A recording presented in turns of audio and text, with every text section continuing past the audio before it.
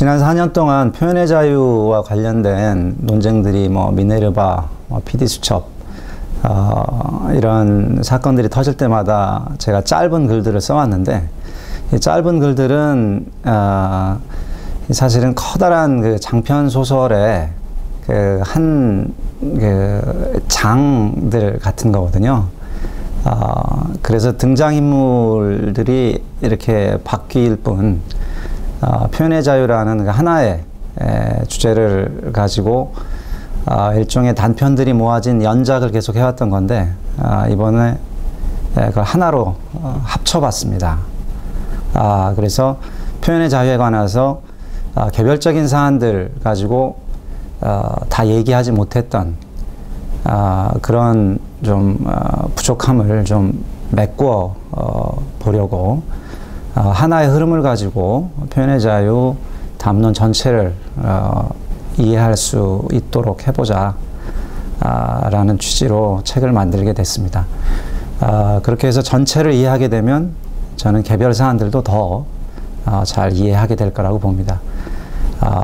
왜 미네르바에 대한 처벌이 부당했는지, 이런 것도 표현의 자유, 그러니까 왜 미네르바에 대한 처벌이 부당했는지도 또 다른 사람들에 대한 처벌이 왜 부당했는지와 연결시켜서 보게 되면 더 많은 것들을 배울 수 있을 거라고 봅니다.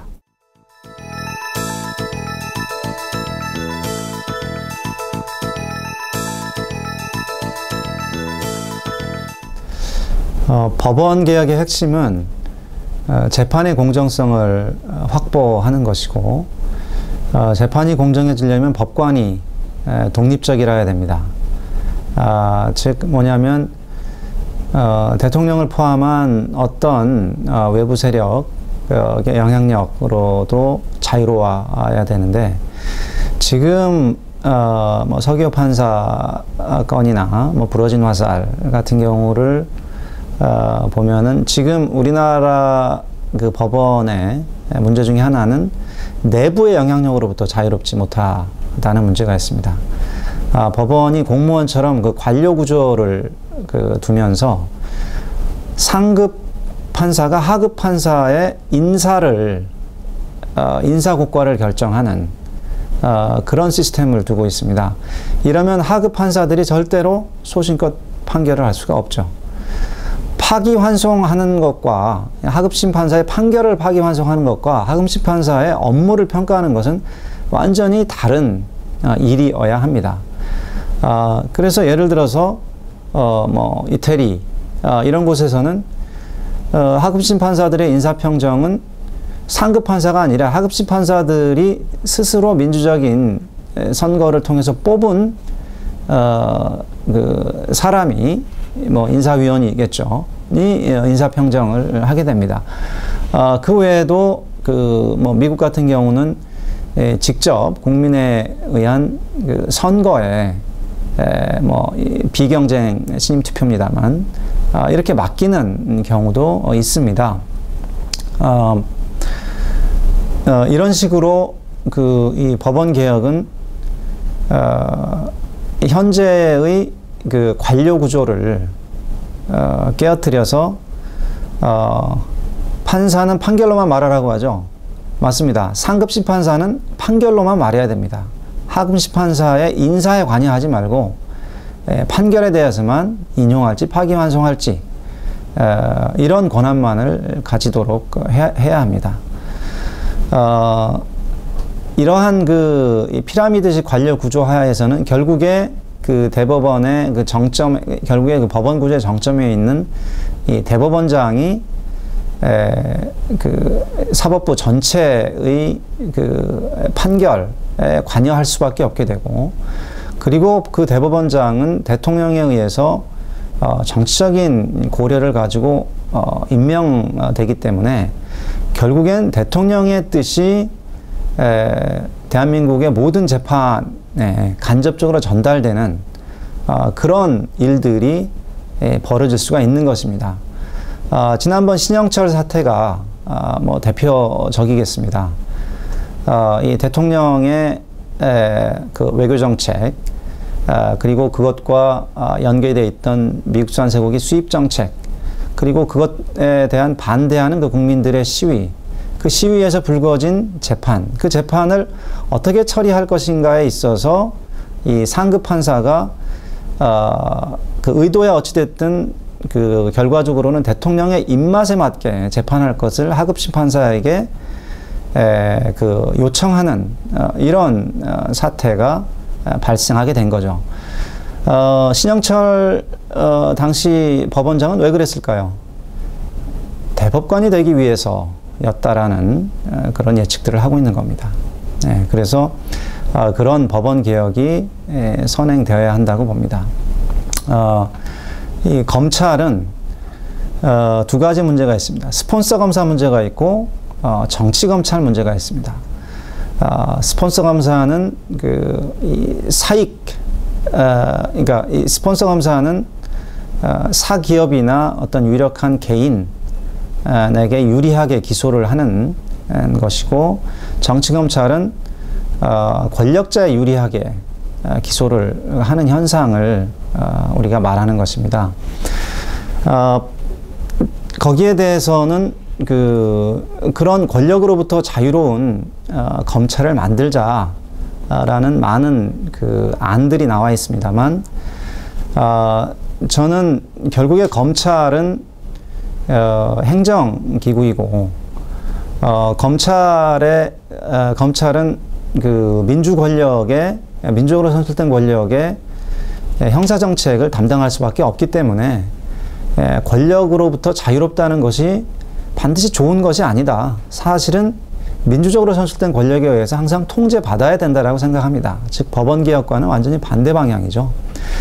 그래서 저는 이 검찰에 대한 어떤 직선제나, 그러니까 검사장 직선제나 또는 대통령보다는 그래도 더 민의에 가까운 국회가 통제하는 상설특검, 이런 정도의 그런 제도 변화가 필요하지 않을까 생각을 합니다. 검찰이 됐든 법원이 됐든 사실은 지난 5년 동안 느꼈던 문제는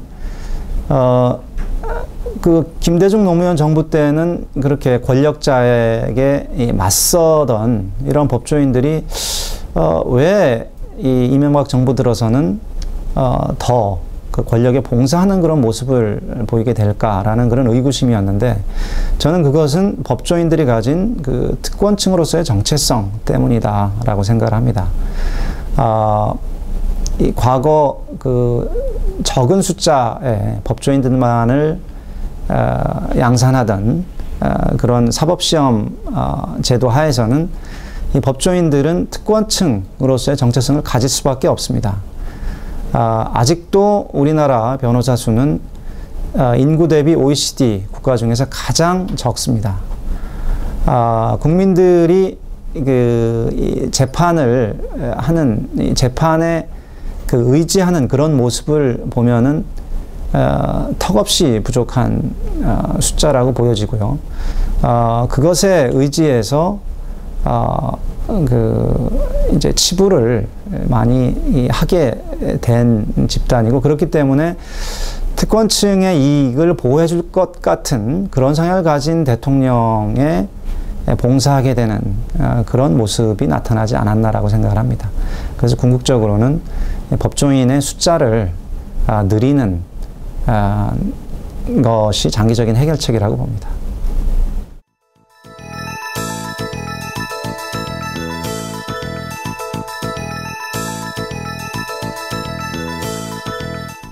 이 정봉주 유죄 판결을 살펴보면, 정봉주가 감옥에 간 이유는 이명박이 BBK 주가 조작에 관여했다라는 허위 주장을 했다고 해서 감옥에 갔습니다.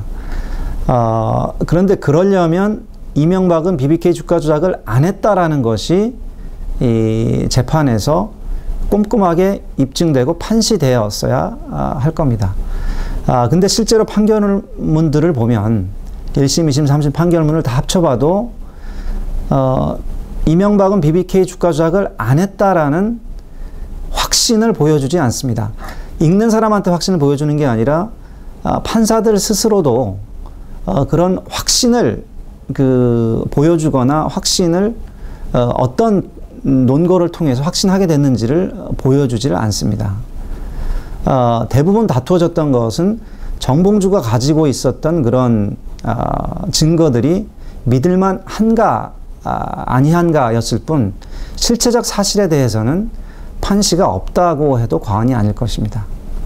즉 정봉주는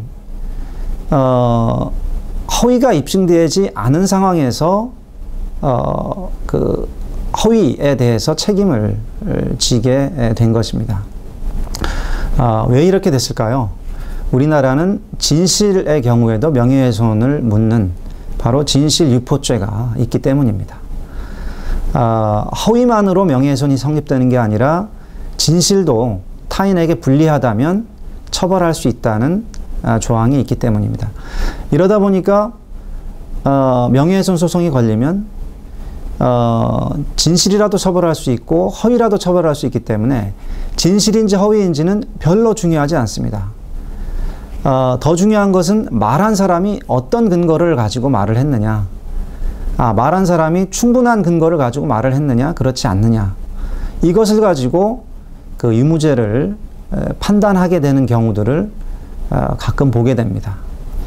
그리고 특히 이번에는 선거법 조항이었기 때문에 더욱더 그렇게 말한 사람에게 그 법원이 책임을 지우려는 그런 경향이 나타나게 된 겁니다. 그런데 그렇게 말한 사람에게 책임을 지우게 되면 어떤 문제가 발생하냐면 권력 비리에 대한 보도나 토론이 불가능해집니다. 권력 비리의 증거들은 항상 미약할 수밖에 없습니다.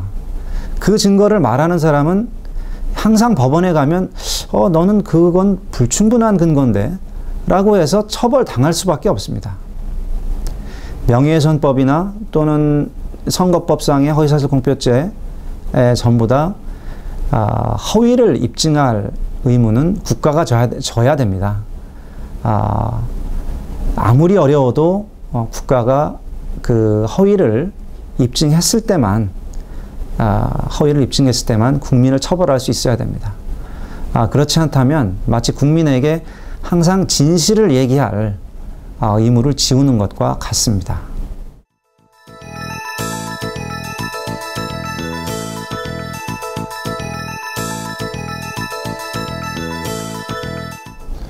우리나라 선거법의 문제는 선거 운동을 너무 하기 어렵게 해놨다는 거죠. 선거운동 기간을 아마 많은 분들은 몇 개월쯤 되는 걸로 생각하실 텐데 다 2주, 3주밖에 안 되고 그 사이에 이제 모든 것들을 국민들과의 소통, 후보자들에 대한 평가 이런 것들을 이제 다 그 사이에만 이제 하도록 되어 있고 하는 방식도 매우 이제 한정되어 있습니다. 이제 그러다 보니까 이제 김재동 씨 같은 경우도 그런 엄격한 선거법 하에서 저 야권 인물이 저렇게 투표 동의하는 것은 선거 당일날은 선거운동 하지 않기로 한 그 규정을 위반한 게 아니냐라는 이제 그런 의심 때문에 이게 혐의 없음이 안 나오고 기소 유예가 나왔던 거죠. 앞으로는 그 선거법이 개정될 필요가 있다고 생각하고 저만 그렇게 생각하는 게 아니라 헌법재판소 재판관 분들도 그렇게 생각하셨던 모양이에요. 선거운동을 그렇게 한정적으로만 할 수 있게 했던 이유가 돈 많은 사람이 선거운동을 많이 할 수 있게, 돈이 많다고 선거운동을 많이 할 수 있게 되면은 금권선거가 된다라고 생각을 해서 선거운동 기간도 한정시켜 놓고 이렇게 했던 건데 실제로 선거 방법에 따라서는 돈이 많다고 해서 선거운동을 더 활발하게 할 수 있고 그런 게 아니거든요. 예를 들어서 인터넷 같은 경우에는 반드시 그 자원의 우위가 홍보 효과의 우위로 나타나지 않습니다. 인터넷은 한 사람의 블로그만으로도 수십만 명, 수백만 명이 방문하도록 하는 효과를 낼 수가 있거든요. 그래서 헌법재판소에서 그 작년 말에 선거운동을 이렇게 한정적으로 하도록 한 조항들은 인터넷엔 적용되지 않는다라고 판단을 했죠. 그 이후에도 저는 더 넓혀질 그 이유들이 저는 있다고 봅니다. 왜냐하면 이제 국민들은 이제 더 이상 어떤 말을 더 많이 듣는다고 해가지고 거기에 설득된다거나 힘 있는 사람들이 얘기한다고 해서 그 말에 설득되거나 과거처럼 공무원들이 뭐 쌀 한 말 뭐 퍼주면은 투표한다라거나 이런 그 허약한 이제 국민들이 아니기 때문입니다. 그래서 우선 이제 인터넷은 풀렸는데 인터넷 외에도 이 국민들이 어떤 그 자원의 불평등에 큰 영향을 받지 않고 이 서로 간에 의견 교환을 할 수 있는 그런 통로들은 열려져야 되지 않나라고 생각을 합니다. 뭐 대표적인 게 그런 뭐 연예인들의 뭐 투표 동료 이런 게 되겠습니다.